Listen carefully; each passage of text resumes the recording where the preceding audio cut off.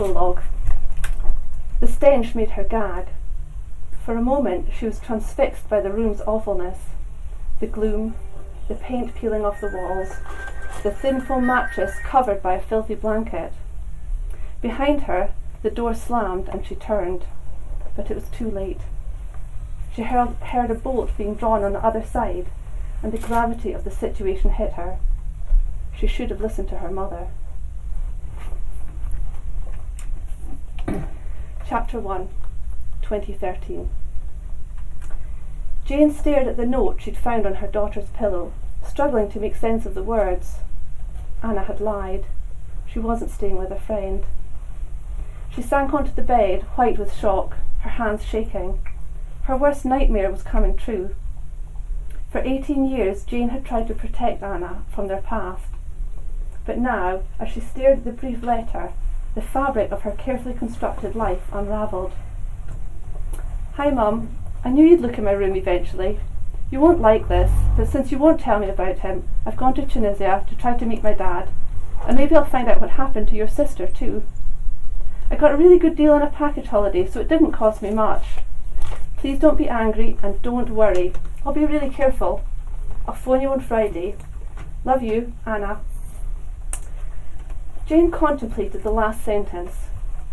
I'll phone you on Friday. That was today, and there'd been no phone call. Her heart hammering, she screwed the note into a ball and hurled it across the room, rejecting this awful news. Anna had always been independent, determined to manage on her own, and now she thought she could cope abroad with nothing but savings from her Saturday job, and this obsession with finding her father. Her father. Jane groaned and leaned forward, elbows on her knees, head cradled in her hands. She should have told her about him years ago, but where would she have started? When had been the right moment? Time had passed, and opportunities had been missed. Jane had buried her head in the sand. She could kick herself for that moment of weakness a few months ago when, after a few too many glasses of wine, she had let slip she had a sister. That had been a trigger for everything that followed. A sister? Why have you never told me about her before? Anna had seized on Jane's words. Where is she now? Jane had taken a sharp breath and tried to gather her thoughts. Crystal lived in Tunisia years ago, before you were born. I tried to get her to come back to Britain with me, but Jane had stumbled over her words. She changed her mind. She didn't want to leave, so she went back to her husband, and Anna had stared at Jane, waiting. And? That's all there is, Anna. Jane looked up, stricken. Crystal stayed over there, and I've never seen her since.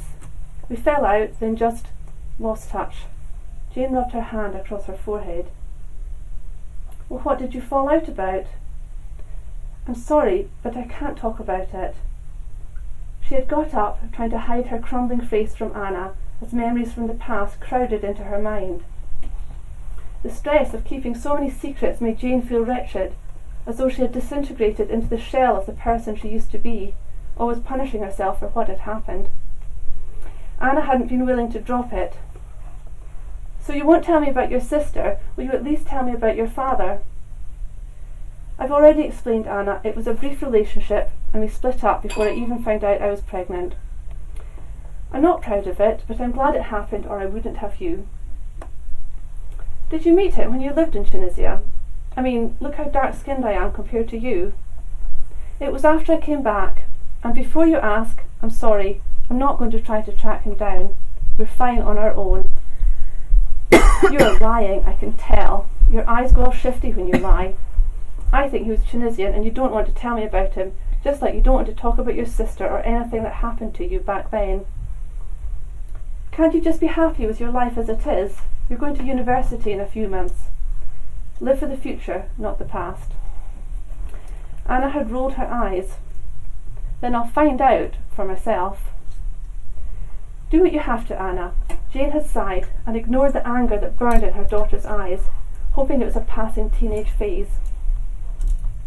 But now, faced with her note, Jane realised Anna had meant what she said.